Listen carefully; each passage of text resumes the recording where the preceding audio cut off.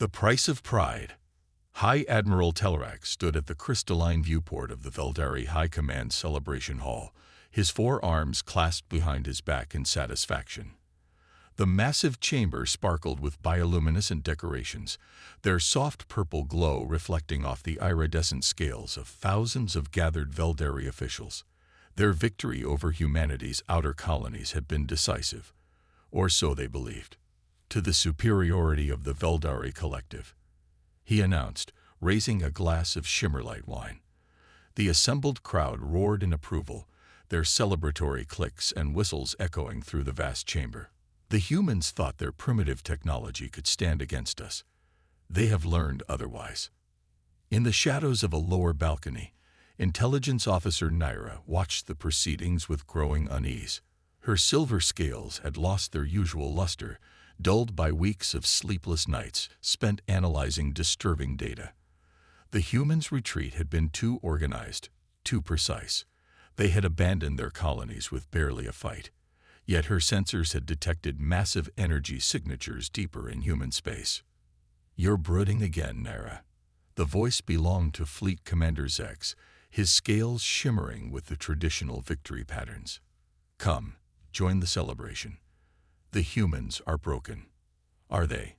Naira turned to face him, her outer eyes narrowing while her inner ones continued to scan the crowd. "When have you known humans to give up so easily? Their history is written in persistence, in turning apparent defeat into victory. Something isn't right." Zex clicked in dismissal. "You give them too much credit. Their ships were no match for our plasma lances. Their colonies fell within days." "Exactly." Naira pulled up a holographic display from her wrist computer. "Look at these energy readings from their core worlds. They're building something, Zex. Something massive." "The High Command has dismissed these readings as sensor artifacts," Zex replied, though his scales flickered with a hint of doubt. "You risk your position by continuing to pursue this." Before Naira could respond, her computer chimed with an urgent alert. Her hearts froze as she processed the incoming data. "Zex, multiple quantum signatures detected at the edge of our space. Hundreds of them. These energy patterns, they're unlike anything in our database." The celebration continued below, but on the edges of Veldari space, reality was tearing open. The humans hadn't been defeated, they'd been preparing. Quantum drives, theoretical technology that the Veldari had dismissed as impossible, were bringing a new kind of fleet to their doorstep. "High Admiral." Naira's voice cut through the festivities. "Priority 1 alert. Multiple human vessels detected on quantum approach vectors." The celebration fell silent as massive holographic displays flickered to life, showing the impossible. Hundreds of human ships were emerging from quantum space, their designs sleek and predatory, nothing like the clumsy vessels they'd faced before. The humans had used the outer colonies as a sacrifice, buying time to perfect technology that would change everything. High Admiral Telrax's scales paled as the first transmission came through. The human fleet commander's voice was calm, almost sympathetic. "This is Admiral Reese of the Earth Defense Force. You believed you understood humanity's capabilities.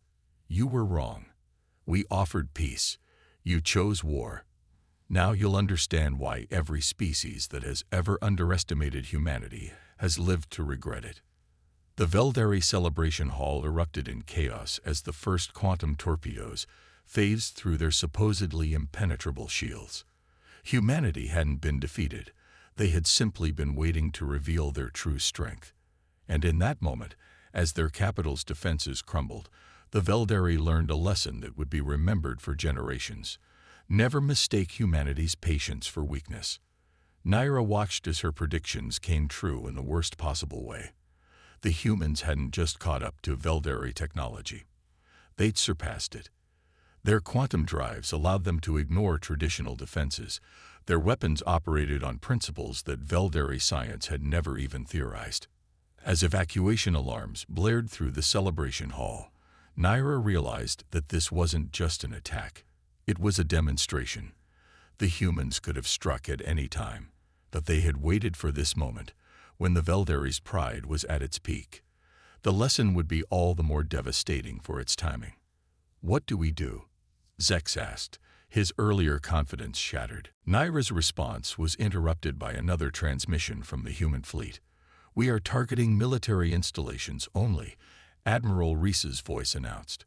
"Civilian areas will not be harmed if you stand down. Unlike you, we don't believe in unnecessary casualties.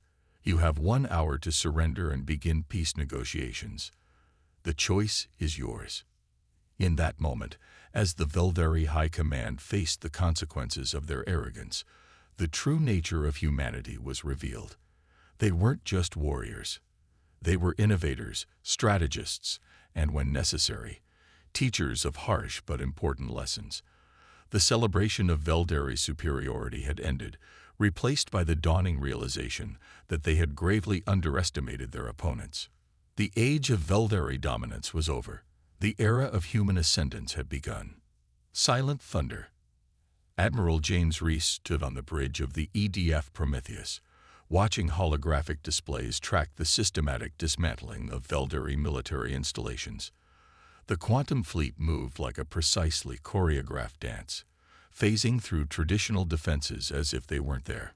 It should have been a moment of triumph, but Reese felt no joy in the victory. "Status report," he commanded, his weathered face illuminated by the tactical displays. "Veldari military command centers have been neutralized across all major systems," Lieutenant Commander Kirapetal reported. "Their conventional fleet is standing down. No civilian casualties reported." Reese nodded slowly. "And their response to our terms?" "Multiple transmissions incoming, sir. Their regional commanders are breaking ranks, requesting individual surrender terms. Their chain of command is fragmenting." The quantum fleet's demonstration had worked almost too well.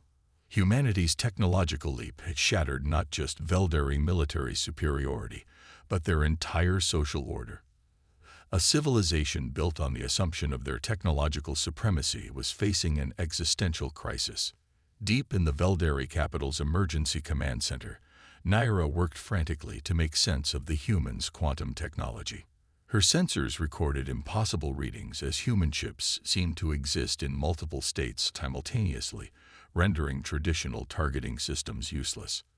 "They've been planning this for decades," she muttered, analyzing combat data. "Every engagement with our forces was a test, gathering data on our capabilities. We thought we were the teachers, but we were the subjects all along." High Admiral Telrax, his scales now a pale ghost of their former brilliance, slumped in his command chair. How did we miss this?" "Because we wanted to miss it," Naira replied sharply. "Our entire society is built on the principle of Veldari superiority. We ignored the signs because acknowledging them meant acknowledging we might be wrong." Warning klaxons suddenly blared as new quantum signatures appeared in the system.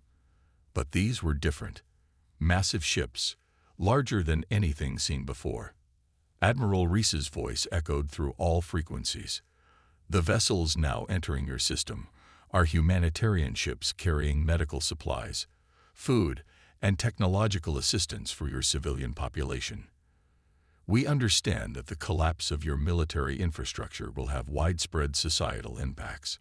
We're here to help manage that transition." The revelation hit the Veldari leadership like a physical blow. The humans hadn't just outmaneuvered them militarily. They'd planned for the aftermath, understanding the social chaos that would follow their demonstration of power. On the Prometheus, Reese received a priority communication from Earth Command. The holographic figure of Fleet Admiral Helena Rodriguez materialized on the bridge. "The Veldari response is splitting along predicted lines," she reported. "Progressive factions are already reaching out through back channels, seeking cooperation. The traditionalists are in disarray." "And the Quantum Insight Protocol?" Reese asked. "Proceeding as planned. Dr. Ishikawa's team confirms that the quantum technology we've demonstrated represents less than 30% of our actual capabilities. The Veldari will spend years trying to understand what they've seen today, while we continue to advance." Reese allowed himself a small smile. Humanity had learned its lessons well through countless conflicts. True victory wasn't just about winning battles, but about shaping what came after. In the Velderi Command Center, Naira made a decision.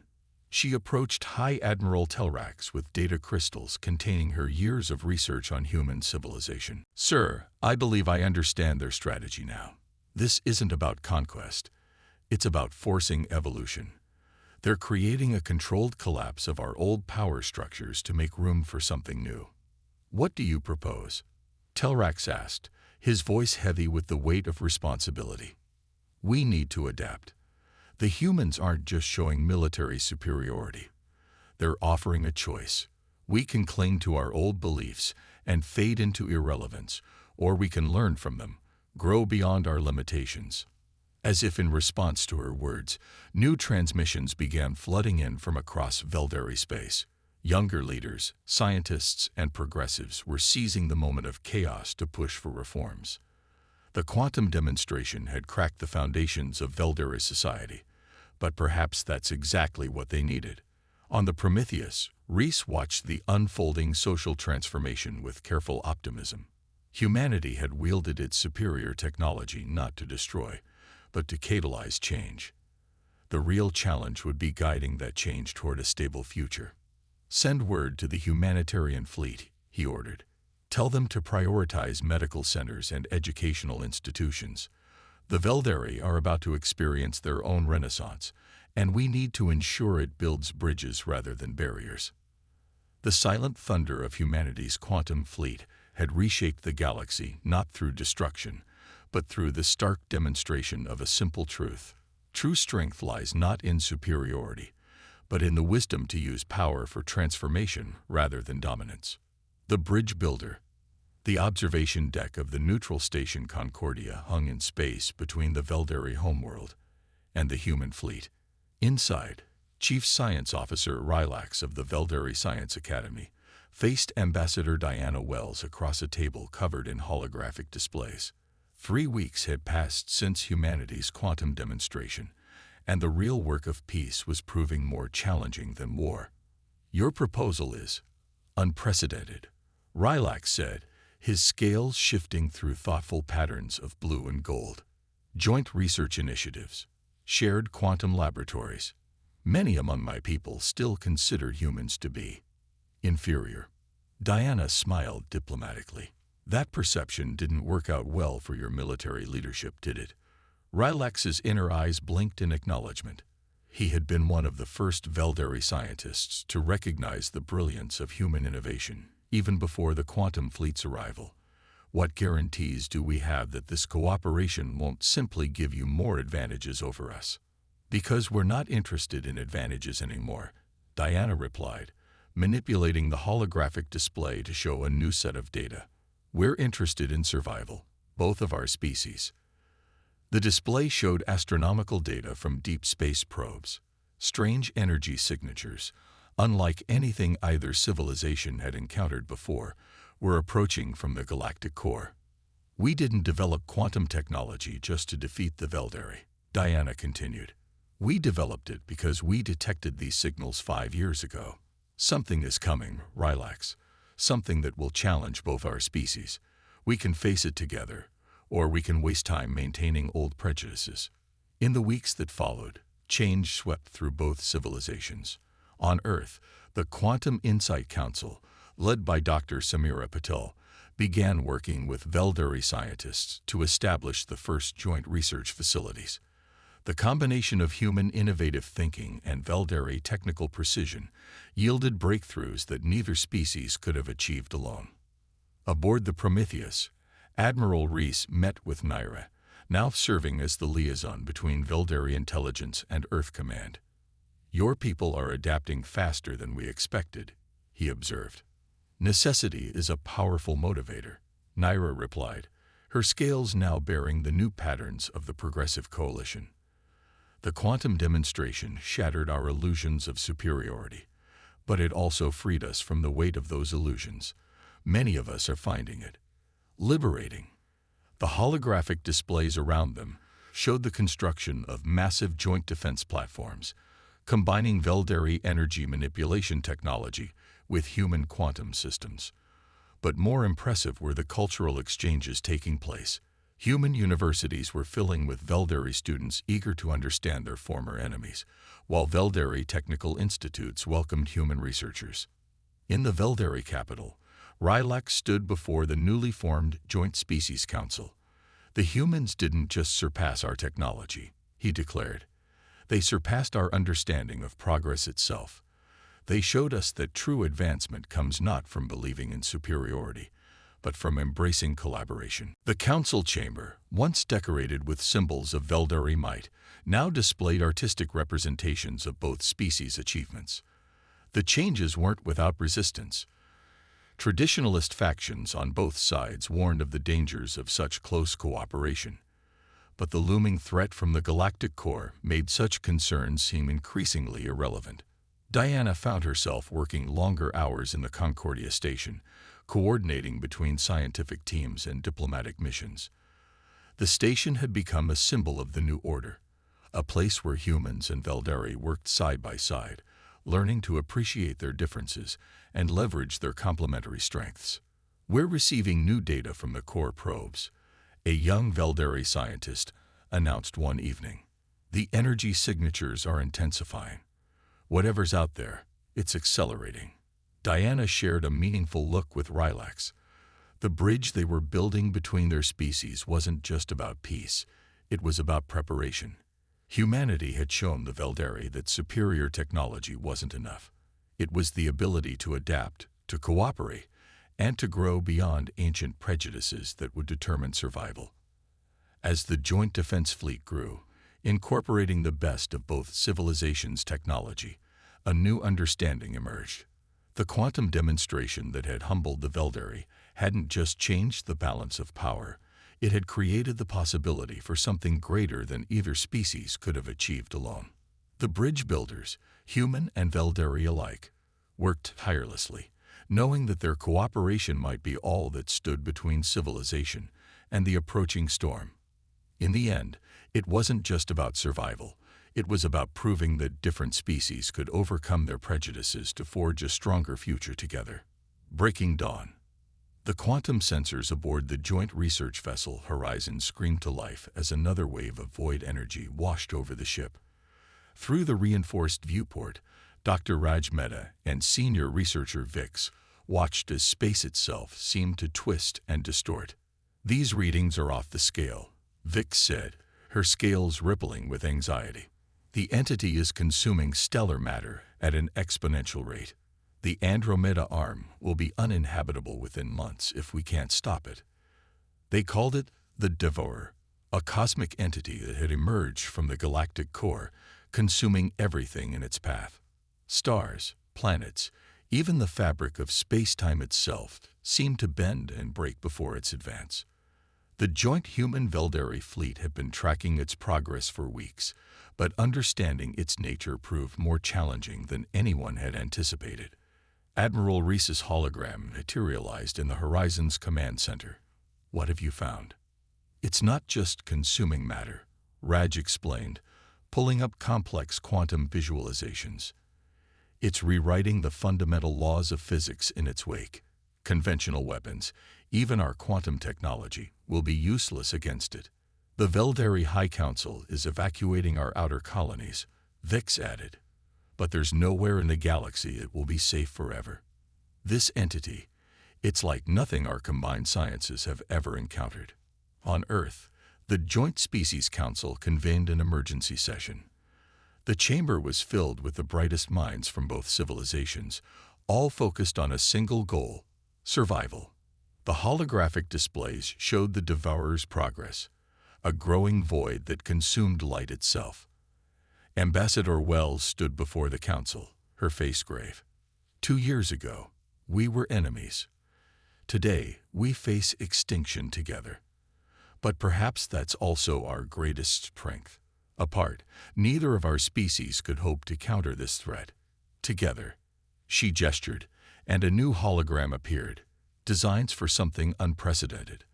The combined research teams had been working around the clock, merging Velderi energy manipulation technology with human quantum mechanics in ways that defied conventional physics.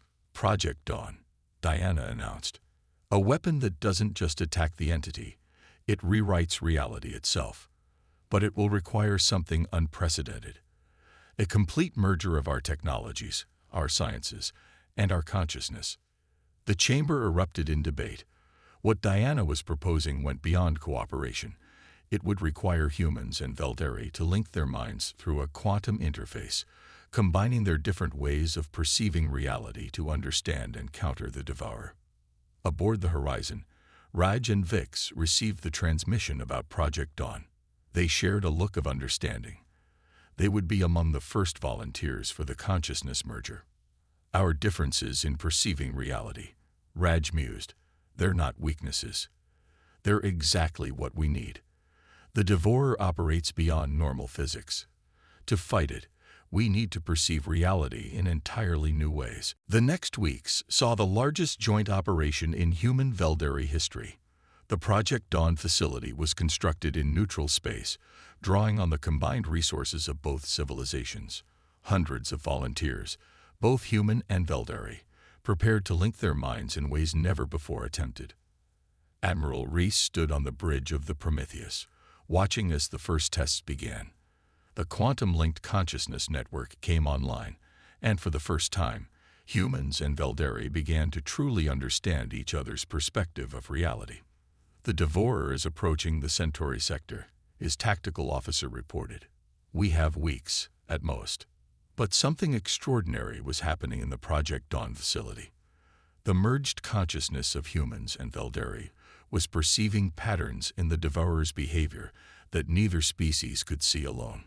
The entity wasn't just consuming reality, it was attempting to reshape it into something else entirely. It's not destruction. Raj's voice came through the quantum link, merged with Vix's consciousness. It's transformation. The entity is trying to force evolution on a cosmic scale, but its method is flawed, destructive. Together, we might be able to show it another way. As the Devourer approached, humanity and the Velderi prepared for their greatest test. Project Dawn wasn't just about saving their civilizations. It was about proving that different species could achieve something greater than the sum of their parts. The dawn of a new era was breaking. But first, they would have to survive the darkest hour. Tomorrow's promise. In the quantum-merged consciousness space of Project Dawn, human and Velderi minds flowed together like rivers joining into a vast ocean of thought. Through their combined perception, the Devourer appeared not as a void, but as a complex pattern of cosmic restructuring, beautiful, terrible, and somehow familiar. Admiral Reese, his consciousness linked with High Admiral Telrax, led the combined fleet toward the approaching entity. The ships, hybrid creations of human quantum technology and Velderi energy manipulation, moved in perfect synchronization. Behind them, Project Dawn's massive array hummed with power drawn from 1,000 stars. All consciousness links stable, reported Dr. Samira Patel. Her mind merged with Rylax's in the control center. Reality perception matrices at full capacity. We're ready.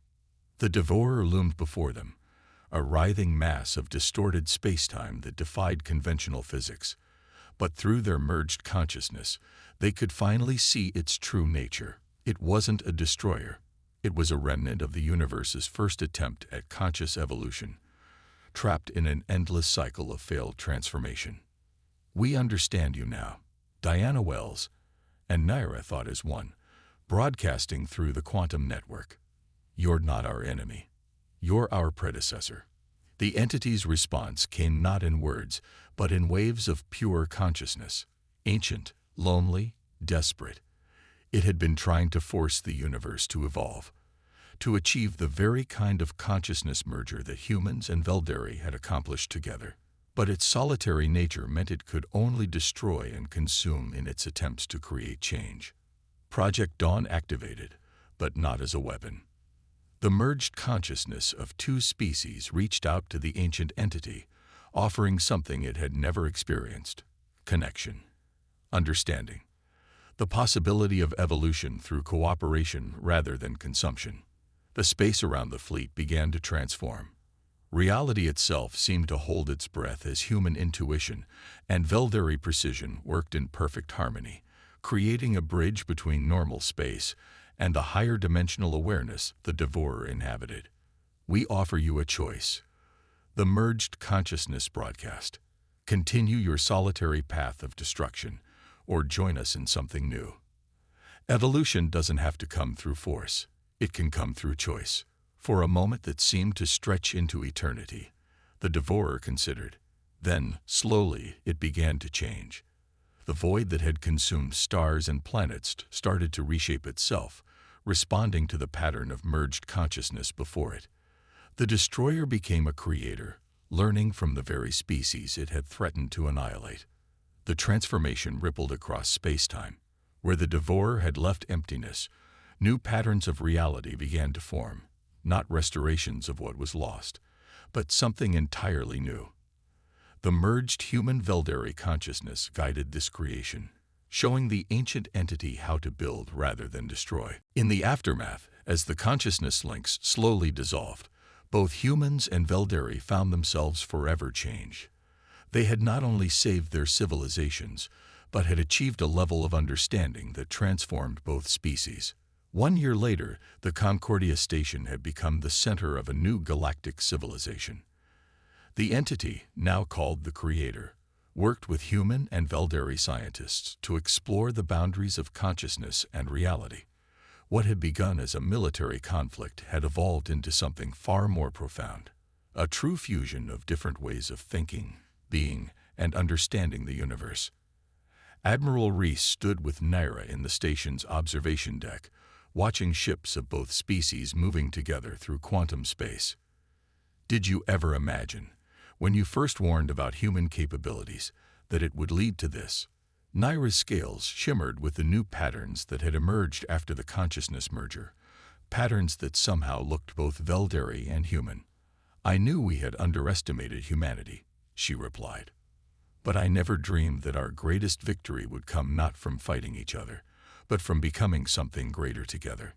The quantum sensors detected more anomalies in distant space, not threats this time, but other ancient entities like the Devourer, drawn to the unprecedented merger of consciousnesses.